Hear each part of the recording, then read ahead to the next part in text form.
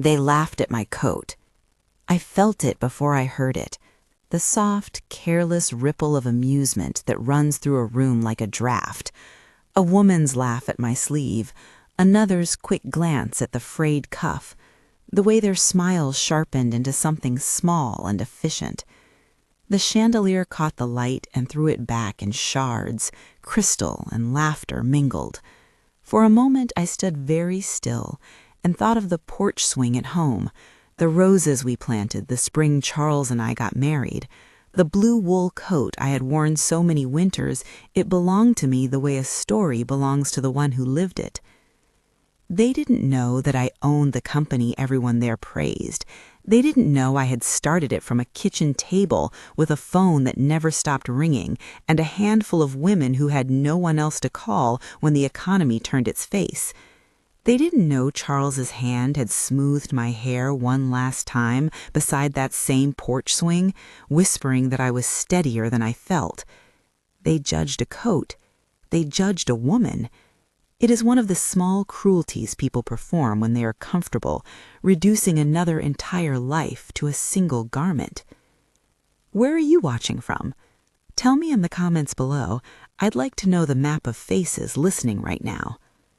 People expect beginnings to feel grand. Mine did not. I grew up in a town that might remind you of those pictures of small California communities, sleepy streets, an old diner with chrome stools, lemon trees leaning over porches. Our house was the one with the faded roses climbing the trellis and a porch swing that had a groove from my father's elbow where he used to sit after a long day. My parents worked with their hands. My mother could mend anything. She could take a tear and make it invisible, turn a hem that had been ripped into something straight and proud. My father fixed engines and did odd jobs. His hands smelled of oil and cherries because he kept a tin of cherries in his shirt pocket when he worked on the tractors. The first time I left home, I had $53 folded into the wallet my mother had given me. I can still see the billfold in my hand, the green of the bills, like a promise I wasn't sure I ought to believe. I went to work cleaning a motel on the edge of town. There was a rhythm to that job, sheets stripped, mirrors polished, the smell of lemon cleaner that would follow me in my sleep for years. I learned quickly that people leave things behind, a scarf, a comb, a note tucked between pages of a Bible. I learned how to fold corners clean and straight. I learned how the small things you do quietly add up to a reputation. At night, I went to classes at the community college. I took business math because the numbers felt like a map. They told me where I was going. Other women in those classrooms were balancing different kinds of weight, babies on their hips, second jobs, the kind of exhaustion that concerns itself with little more than survival. We would trade a pie for a babysitter or swap shifts so one of us could go to an interview. There was a warmth in that exchange, a recognition that life had a way of asking more from you than you thought you had to give. I began to write things down, names, addresses, which apartments were easiest to keep, which landlords would promise and never pay. I started a ledger on the back of an old cardboard box. Charles came along like nearly everyone does when you are busy doing something honest. He noticed. He noticed the way I measured my words, the way I lingered over tasks until they were finished right. He owned a small hardware store. He had a laugh that was a little too loud for the place and hands that always smelled of nails. We married not because we were each other's salvation, but because we liked the same steady things, a garden that would be tended, a house that would be kept clean, a Sunday meal shared in silence and satisfaction. He gave me a brooch he wore for luck the week before the wedding. It was a small thing, a brass pin with a worn stone, but to me it meant he believed in me. When Charles died, the world felt like a room that had lost its windows. There were sorrow and practicalities in equal measure, the calls to be made, the flowers, the legal forms that asked for things you didn't feel. Michael was small then. He learned, earlier than most children have to learn, that grief is a thing you place around the table and keep moving with the plates. I remember tucking him in with a story and then going back to the kitchen table to balance a new bill. It is surprising in a way how practicalness sprouts under grief. It is as if the heart says, too much has already been lost. We will not lose the rest to chaos. The company began on that same kitchen table. At first, it was just me and a note that said, "Keep going," in my own handwriting. I put up flyers offering cleaning services and small repairs, jobs neither glamorous nor well paid, the work that keeps lives from unraveling. The first woman I hired was Sadie, a mother of 4 who had been laid off from the cannery. She had hands that could scrub a tile until it shone and a laugh that filled a room. Then came Rosa, who had been a seamstress and understood how to make things last. We hired people no one else would bother to ask, older women out of work, immigrants with 2 bright eyes, mothers who needed a paycheck and a little dignity. We called it Grant Enterprises because there is no modesty in impersonal names. They carry the weight of things beyond us. Grant sounded serious. It was a name you could put on a sign and people would trust to ring. The first office was a converted garage with 1 phone and a broom leaning against the file cabinet. The ledger grew into an honest book, and the phone rang more often than not. We learned to do things other companies overlooked, answering calls after hours, keeping a spare key when clients forgot it, returning a lost child's stuffed rabbit when asked. People notice those small consistencies. They bring other customers the way a single lit window brings a traveler in the night. I hired women because I had been hired. I knew what it felt like to be judged for a broken shoe. I thought about dignity and decided to file it into every piece of work we did. We would arrive in clean uniforms, introduce ourselves with a name and not a title, and leave behind something better than a surface gleam. We managed properties, yes, but we also managed problems that came with life.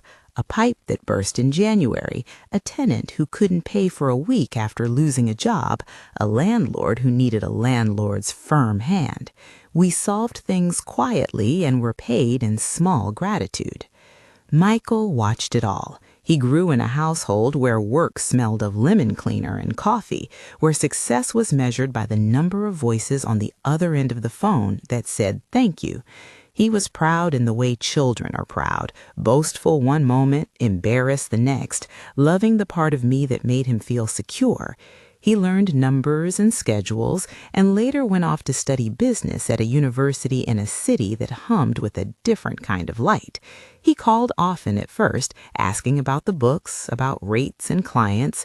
As he moved into his own life, the calls thinned.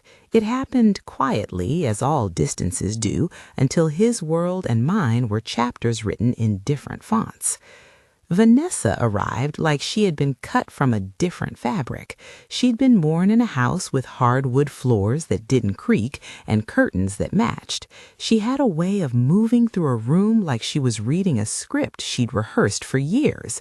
Her hair caught the light. Her shoes had that precise heel that makes no sound. She was everything the community admired and everything the community feared.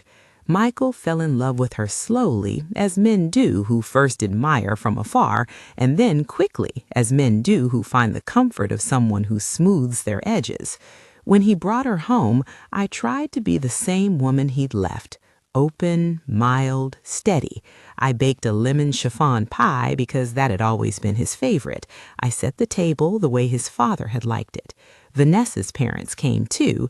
They smelled faintly of expensive cologne and the kind of opinion that presses like a polished card into your hand. They used words that suggested refinement and then assumed it in others. Quaint, Vanessa's mother said at one point, and the word landed like the click of a hinge that would not close.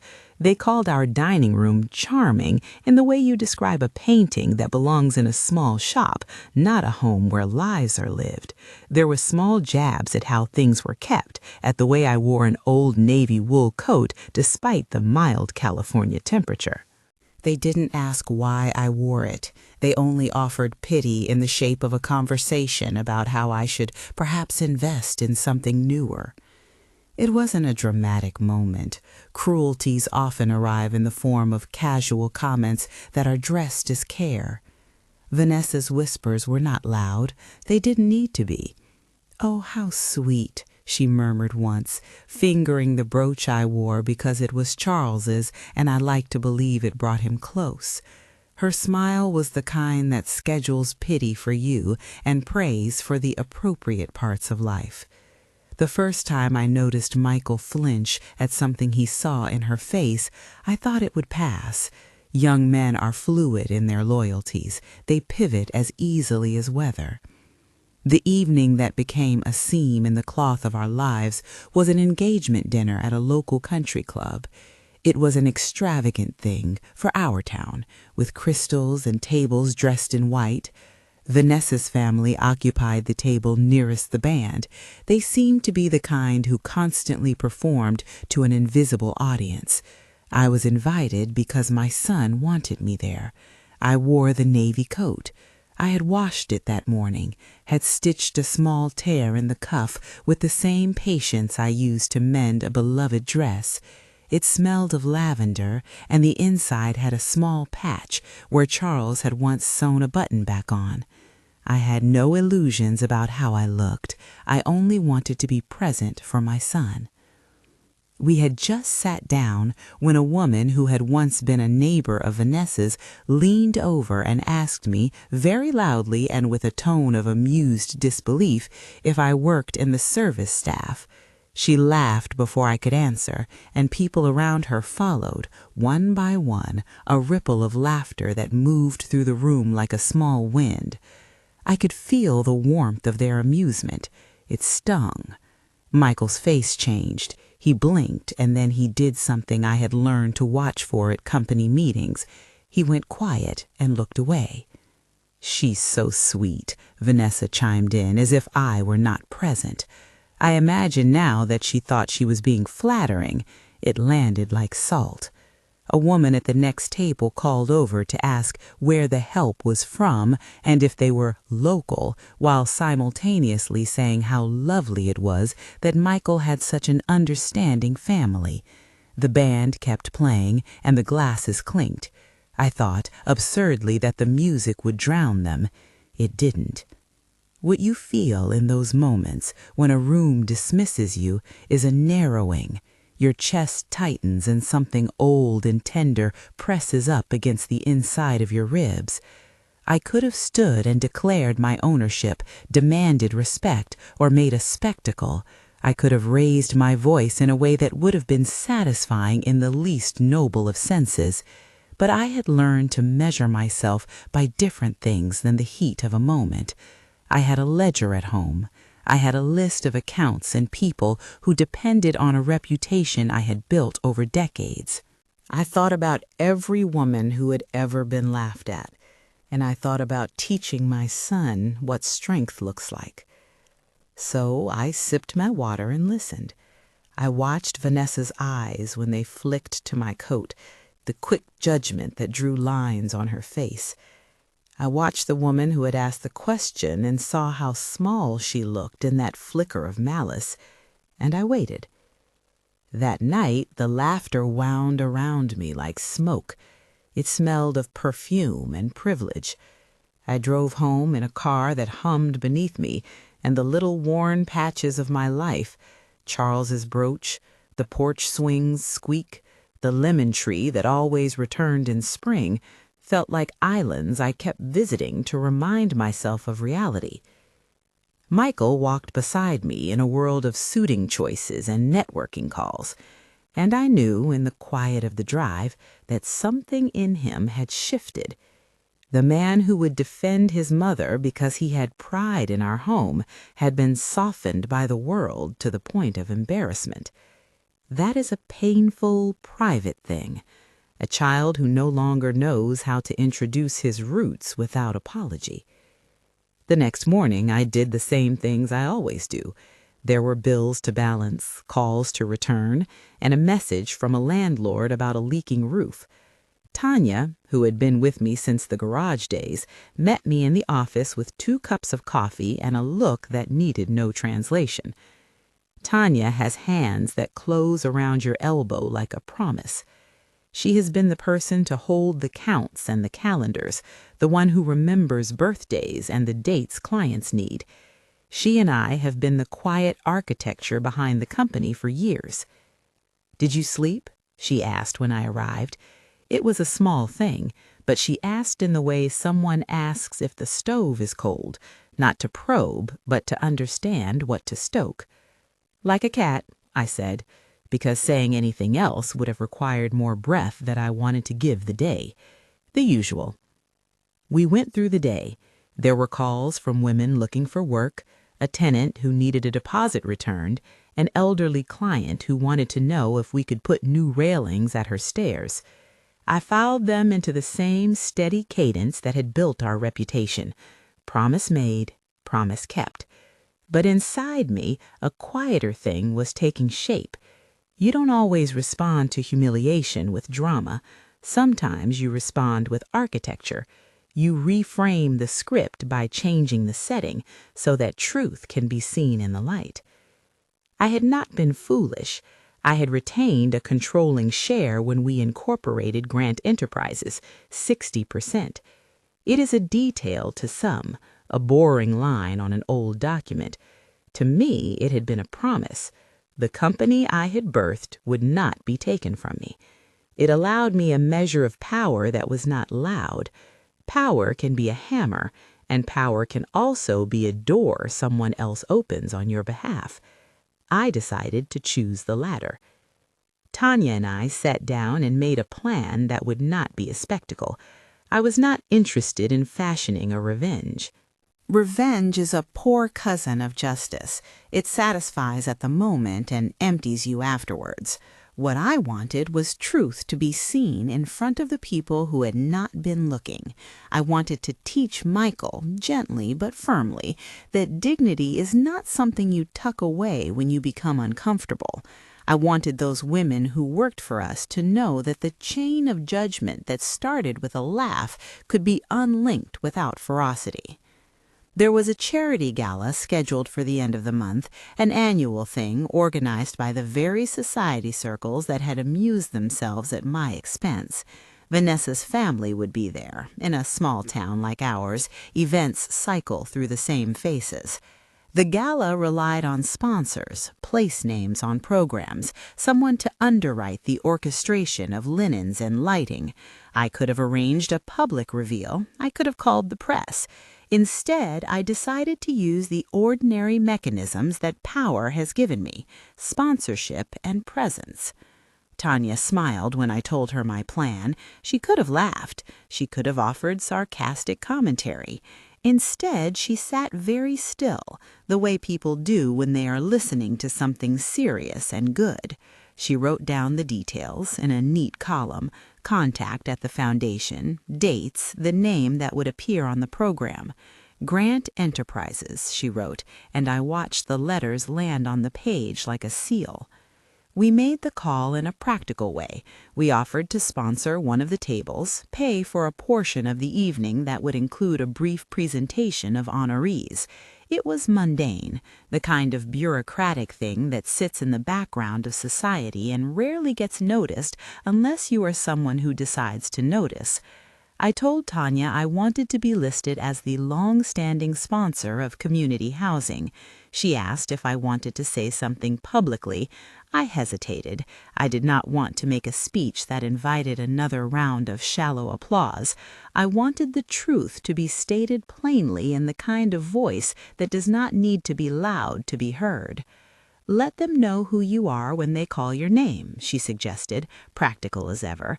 "Let it be a simple introduction. They'll read it off the program." There was a moral component to my decision, too. The women who worked for Grant Enterprises deserved to be seen. Many of them had been in similar rooms, laughed at, assumed away.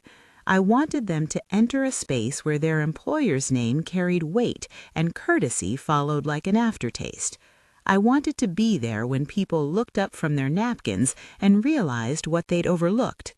I did not tell Michael right away. Some truths are kinder when they are not sprung like traps. I asked Tanya to handle the technicalities. She smiled again, then went to the computer to send the contract. Signing a sponsorship is not a dramatic gesture. A contract lands in an inbox, someone replies with a bit of legalese, and a name appears on a program. But in a community the size of ours, small acts can resonate. They are magnified by the simplest human tendency.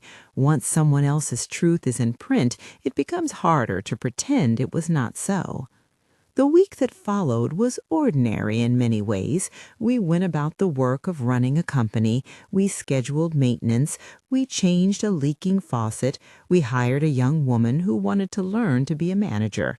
I met with a client who wanted to expand her rental units and discussed the possibilities with the sort of attention that comes from someone who knows building block by block is how you make something last.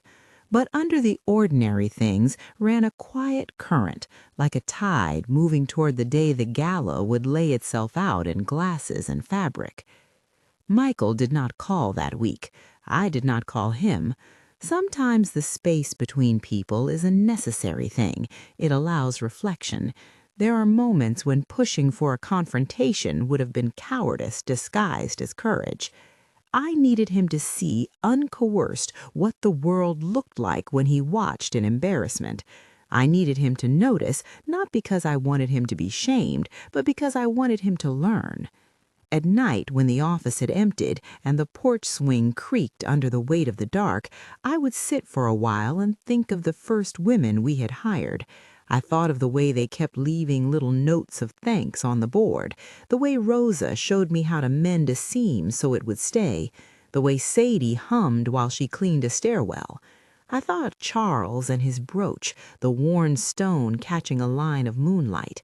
I thought, too, of the navy coat, how it held the shape of me. I cannot claim that the plan was a brilliant stroke. It was not. It was simple and steady, and the kind of thing a person who is built with patient hands does. She organizes, she arranges, she sets the stage for truth to be known without spectacle. I remember the afternoon Tanya slid a program across my desk. The paper smelled faintly of ink and polish. I opened it, and there, in the neat list of sponsors, was our name, Grant Enterprises. Beside it, in small type, the notation that the company's president had requested that a brief acknowledgment be made during the evening program. I felt my pulse like a small drum inside my throat. There was a part of me that wanted to go to Vanessa then and explain everything like a teacher correcting a misread sentence. But teaching is more persuasive when your students read the lesson themselves. I folded the program back and slid it into my drawer. The company had grown because I had been patient enough to tend it, and now it would be patient enough to let the world catch up. When you build something over time, the way a slow hand builds a wall, you learn the value of letting mortar set. People that laugh often do not notice the details that make the foundation. They notice the surface. So I planned, quietly, Grant Enterprises would be listed as a sponsor in a town where the right name opens doors and draws glances. My presence at the event, my being called forward, would not be a dramatic unmasking, but something purer, a simple correction of the ledger that had been wronged by laughter. As the day approached, I found myself sorting through small things.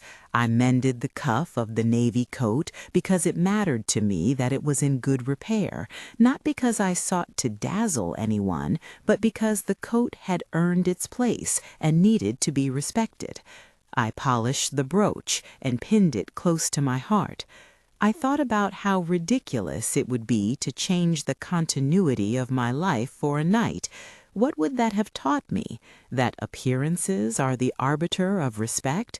No, I had lived long enough to know that respect arrives when truth is visible. On the eve of the gala, I took a walk beneath the lemon trees. The air was mild, and the night sat like a kind of velvet over the town. I passed by the old diner and saw a light on. I thought about the women at Grant Enterprises who would be arriving at work the next morning, their lives stitched together in ways that the world rarely let them speak about. I thought about Michael and whether he would be there, whether he would find in himself the courage to stand beside me in that moment. I thought also of Vanessa and of how people change, sometimes softly, sometimes not at all. I left the door unlocked, as I always did, and the porch swing creaked when I settled into it. There was a small ache of waiting in my chest, the kind that comes not from fear, but from expectation. I had set the elements in place. Now I would let the ordinary mechanisms of community do their work. I had learned, after years of counting and recounting, that the simplest corrections are often the most lasting. The gala loomed like a promise I could not yet open, and in that quiet before the public moments I felt the old steadiness return. I had weathered seasons enough to know that one evening could not define a life. It could, however, serve as a moment where others finally saw what had always been true. I went to bed thinking of the small things that mattered, a seam stitched tight, the sound of a phone that rings because someone answers, the memory of Charles laughing at something only he heard. I slept with the brooch under my pillow for a time, a superstitious comfort. The town turned in its sleep. The lemon trees released a faint perfume. The navy coat hung quietly in my closet, waiting for morning. When dawn came, I dressed with the same deliberate calm I had used for years. I had no need to make a spectacle. My plan was not spectacle. It was steady, legal, and as ordinary as the paper program it would put our name upon. I had arranged for my presence to be acknowledged with a simple, accurate line in the evening's program. The truth, written and printed, would be less volatile than a shouted protest and more indelible for many people. At the office, Tanya had already pinned the schedule to the corkboard. She looked up when I entered and passed me a cup of coffee with a smile that had the shape of shared history. "They've confirmed the sponsorship," she said. "Your name will be read when the honorees are announced. They asked if you'd like to be introduced as founder or president." "I'll take both," I said, "and just keep it simple." She nodded, and the word simple settled between us like an agreement. We had always preferred simple. That afternoon, I received a call that made my throat tighten in a different way. It was from someone arranging the seating, the person who could, with a flick of a pen, put my son at a table closer to me or leave him farther away. He asked whether I had special seating requests. It was a small, mundane question, but one that held choices. I thought of all the ways a mother might want to coax her child into standing beside her. I thought of dignity being taught not by speeches but by models. "Put him at my table," I said, "and any of the Grant staff you want to invite, bring them too. Let them see it." It was not a provocation. It was a courtesy. I wanted the women who had labored with us to sit where people who had laughed at them could not pretend they were invisible.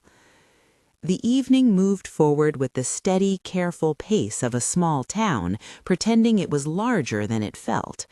Invitations were stamped, linens ironed, floral arrangements ordered. I went about these things like someone performing a ritual whose meaning was clear to them and invisible to others.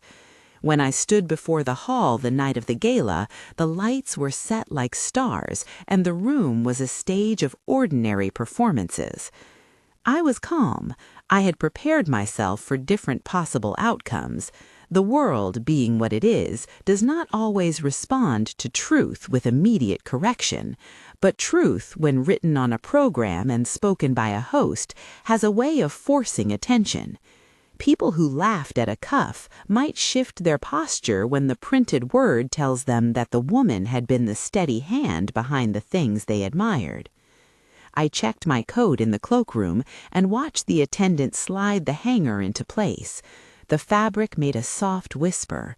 I smoothed the cuff with my fingertips, an old habit. The brooch warmed against my chest as I moved.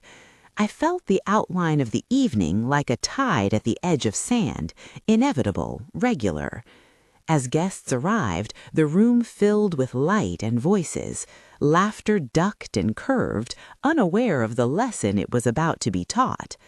I took a breath, and then I stepped into the room. The room smelled of flowers and wine and the faint burn of candles. Conversations braided and unbraided like ropes. Laughter moved in circles, sometimes gentle, sometimes sharp. I could feel the pulse of it all in the soles of my shoes, a rhythm that belonged to other people's stories for the night. I walked slowly between tables, letting the hush of the hall take me in. The navy coat felt like an old friend around my shoulders. The brooch lay warm where my hand could find it if I needed the memory of Charles to steady me. As, the host, had a voice that rode the hall like a comfortable tide. He made polite jokes and mentioned donors the way a gardener might list the plants in a bed, careful, with names that meant things. When he reached the section announcing honorees and sponsors, there was the usual flurry of polite attention. Programs unfolded, napkins adjusted, people turning their heads as if to see what had been written and where their place in it sat. Tonight, as said, his voice taking the sort of clarity reserved for moments that should be noticed, we would like to recognize a long-standing supporter of community housing and the stability it brings to families in our town. Grant Enterprises has generously underwritten much of what keeps this work moving forward. There was a polite murmur. Then he read it exactly as the program had printed. Grant Enterprises, founded by Lucille Grant, who asked to be introduced as both founder and president. The name landed in the room like a bell. For a second, the music was only background. The hall turned its attention. I felt eyes travel across the linen, across faces, and then settle. You could have heard a spoon drop. Then, softly at first, conversation shifted from the trivial to the startled. A woman near the back of the room pressed her fingers to her lips. A table that had been murmuring suddenly straightened. Michael's head came up as if the sound of that name had pulled a wire inside him. He looked toward the podium, and for a moment I saw the man I had raised and the boy who had once looked to me like a West Star. As paused, giving the line time to do its work. He smiled with that smooth, practiced ease, and then said, "Ms. Grant is with us this evening." That simple statement, true, factual, unadorned, shifted the air. A photographer raised a camera. There was no gloating clapped on the words. There was only the community acknowledging a fact that had been printed for them to see. I rose when my name was called. My legs remembered how to stand in public. Years had taught me that posture is an unspoken language. As I walked to the front, small faces turned. I could see Tanya near the back, her hand curled around the stem of a water glass like a quiet anchor. Rosa and Sadie had been given seats at a table closer to the stage. I had asked for it without ceremony. They met mine eye and smiled in a way that said, without words, "We belong." Az introduced me with courtesy and then stepped aside. I had not rehearsed words. Who I had been and what I believed did not fit neatly into a single turn of phrase, but there is a calmness that comes from a life kept busy by honest labor. I felt its shape as I held the microphone. I am grateful for this town, I said simply, for its needs and its small mercies. Grant Enterprises has always been about the people who keep houses running when life breaks them. Our elders, young families, the people who hold communities together. We have tried, in the way we know how, to meet those needs. I am honored to stand with the women and men whose work is the backbone of that service. It was short. It was true. The applause that followed was not just for me. It was for the women who had kept houses standing through hard winters, for the people who returned calls late at night, for the clients who had written thank you notes and tucked them into the keeper's box. As I finished, Az asked if I would like to bring a few members of our staff forward. I had meant to do it quietly, but seeing faces in the crowd made the gesture feel necessary.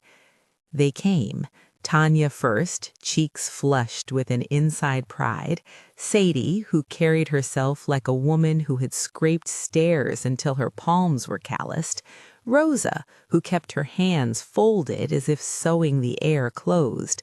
They stood beside me, and the room, this room that had once laughed at a cuff, saw them as people with names and faces rather than a category of labor.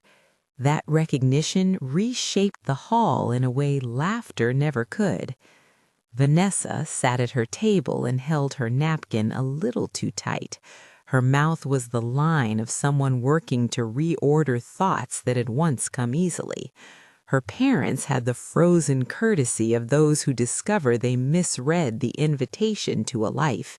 They shifted in their seats as if to find a posture of apology. I met Michael's eyes.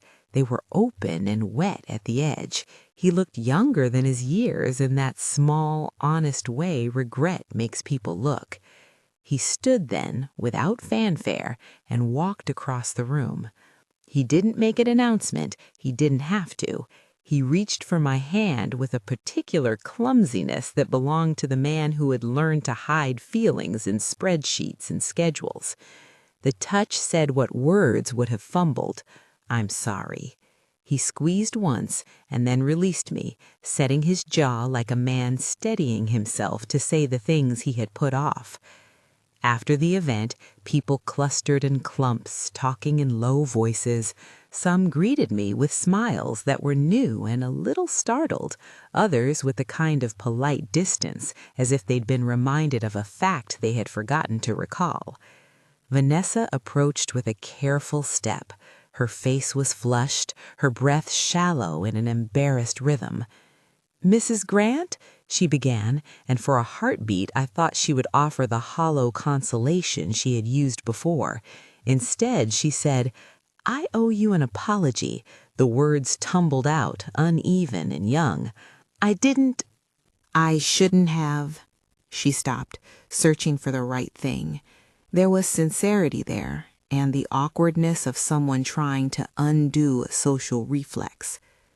"Words are light," I said quietly, "not to scold, but to shape. They hold less weight than actions.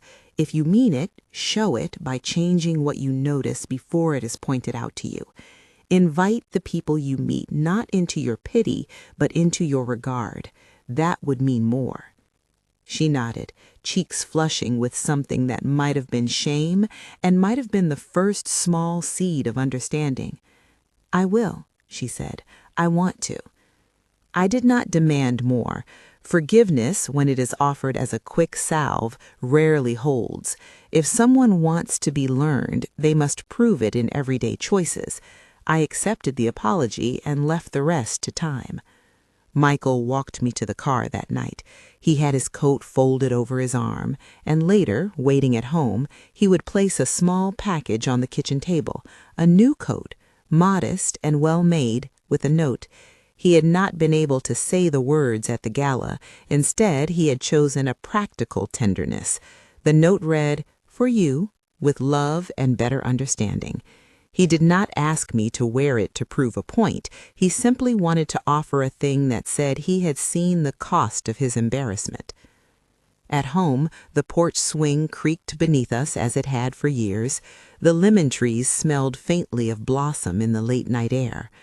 Michael sat beside me on that familiar plank and told me how he had felt when the laughter started, surprised first, then shrinking, then embarrassed at being seen with someone who did not fit his new world. He confessed smaller things, too, the way he turned away conversations about where we came from, the times he'd laughed at jokes he recognized as cruel when they were turned in the direction of others. His voice had the strained honesty of someone apologizing to a parent for the first time as an adult. "It was easier to blend in," he said. "I thought if I softened enough, I wouldn't be seen as the son of a woman who works with her hands.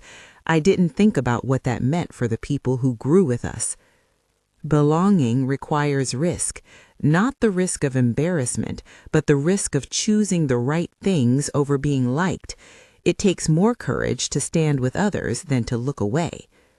He listened.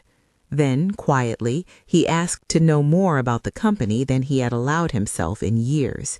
He did not demand a role or insist on credit. He wanted apprenticeship. He wanted to understand the small courtesies that had built our reputation.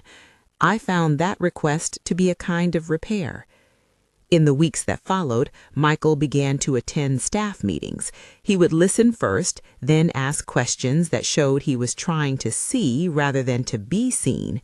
He apprenticed himself to Tanya on the particulars of scheduling and payroll, and to Sadie on the practical rhythm of the work that keeps homes functioning.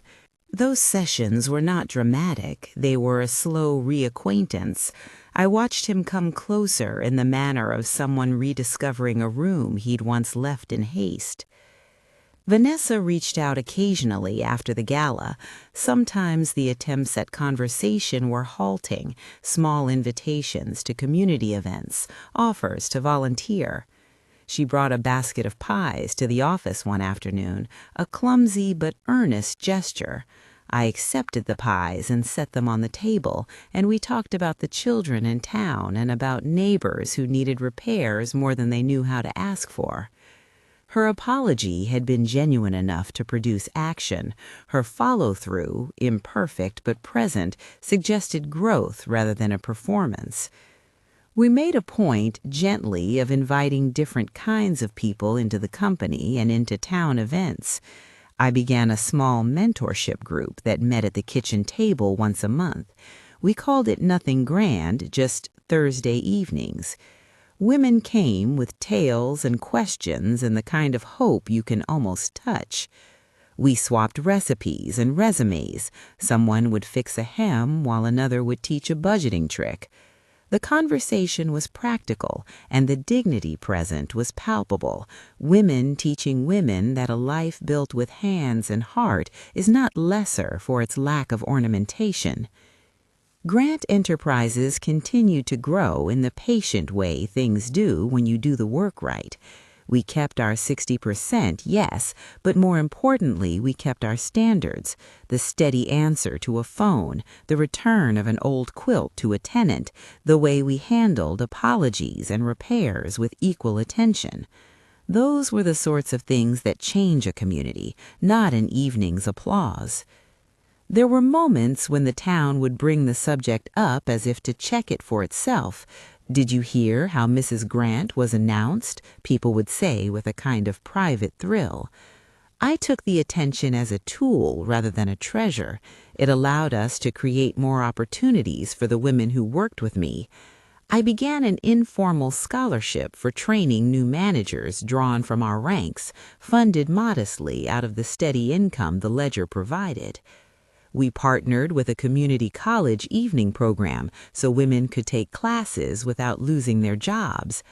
I did not make a spectacle of these choices. I simply made them. There is power in repetition. Sometimes Vanessa stopped by the office to drop off something she had thought of during a civic meeting, a stack of flyers for a neighborhood cleanup, or an idea to sponsor a table at a school fundraiser. Those small participations mattered, not because they were large, but because they were consistent. Michael's presence, too, became regular. He still wore the crisp shirts of his city life, but the lines around his mouth softened as he listened to the women speak about tenant rights or property maintenance in a way that made him see the people under the policies. Not every story closed with a neat bow. There were days when old jokes resurfaced at dinners, and I would catch Vanessa pausing, searching her face for the memory of the listen. She faltered sometimes, people do, but each time she chose apology and alteration rather than avoidance, the change rooted a little more firmly. I found, too, that the quiet correction we had made that night at the gala had a ripple that reached beyond social circles. A landlord who had once made jokes during meetings now invited members of our janitorial team to speak at a housing symposium. Another client who had assumed certain workers were transient began to offer long-term contracts with benefits. The power we had exercised was subtle and bureaucratic, and therefore durable. It didn't look like justice on a soapbox. It looked like better contracts and steady pay, which is the kind of dignity most people can live inside. Tanya eventually took on more responsibility in the company. She had the knack of remembering names and due dates, and the board, made humbly from acquaintances who had come to respect steadiness, asked her to sit in as an advisor. Rosa began teaching a class in mending at the community center once a month. Sadie started leading training for new hires. The company that had once been a converted garage under my watch had matured into a place where people could move upward without losing sight of what had built them. As for Michael and me, our relationship learned a new tempo. We ate more often at the kitchen table. Sometimes he would call to ask for advice about a client or to complain about the difficulties of managing people. Simple human questions that allowed me to be useful and that allowed him to see me as something other than a background actor in his success. I did not swoop in to fix everything. That would have been the easy temptation. Instead, I handed him knowledge and the freedom to make mistakes. He apologized for his earlier silence many times and showed his remoteness by making small, consistent efforts to engage. The navy coat still hung in the closet beside a newer coat Michael had given me, the one he'd left on the chair that night. I wore it sometimes and not others. It mattered less what I wore than the shape of the life I occupied. Once in a while, I would sit on the porch swing with the brooch tucked near my heart and think of how laughter had once carved a small wound in a dining room. It had been painful in the moment. It had been a lesson in posture and patience. Some nights, I would walk the lemon tree-lined streets and see neighbors who'd been at that event standing outside their homes, lanterns lit, children running. They would wave and call my name, not in the patronizing way some had before, but as people who recognized each other. Recognition is a form of justice that does not require a verdict. It only requires a refusal to let things go unnoticed. If there is a single thing I learned from that season, it is that dignity is not a garment you put on to impress. It is the way you answer a phone at midnight, the way you return a lost child's toy, the way you teach your son to stand by his people. Silence can be weaponized into bitterness. It can also be shaped into a steady method. I chose the latter because I had known too many women whose loudness only fed the same machine that had once judged them. People sometimes ask whether I felt vindicated when the program printed my name. Vindicated is a sharp word. What I felt was a quiet satisfaction that the ledger of truth had been corrected. The world had seen, in print and in person, something it had tried to believe it didn't need to know. That was not revenge. It was not even a triumph. It was a settling of a small account, the one you balance not for show, but because it is right. And because we had chosen a steady correction rather than spectacle, the change that followed had room to grow into real habits. Women who had been unseen took classes and then led them. Younger employees watched an older woman not shrink after insult, but do the work of changing systems. Michael learned to bring his whole self back into the room. Vanessa learned to check her reflexes before she spoke. None of that was easy. None of that happened overnight. It was, however, lasting in the way that work done with patience tends to be. A year later, at a small community breakfast, someone told a story about the gala as if it were part of town lore. Remember when Mrs. Grant stood up and... They told it not to mock, but to point out how small towns sometimes learn their lessons by the slow method of seeing. I listened and thought about the porch swing, the lemon trees, and the kitchen table where it had all begun. The brooch still fit the fabric of my life. The coat retained its frayed cuff, a reminder that we do not need to hide our histories to be respected. So where are you watching from? When I asked you that at the start, I meant to reach across the miles that separate us and find the faces that carry similar stories. A mother who has been laughed at, a woman who has been judged by a single thread, a person who worries that being seen will mean being diminished. If that is you, hear this plainly. You do not have to shout. You do not have to orchestrate a spectacle for the world to correct itself. You can, with steady hands and patient plans, arrange for truth to be printed and for reputation to be restored. If you are someone who has ever laughed in a room and later wondered why, try this. Look for the ways you can rejoin the story with humility. Offer a seat, listen longer, apologize in actions. If you are someone who has been reduced to a garment or a passing joke, remember that your worth is held in the work you do and the kindness you give. Let your life be a ledger of steady things. I do not promise dramatic turnarounds or sudden wealth. I promise, from what I've learned, that dignity practiced daily shapes how the world sits with you.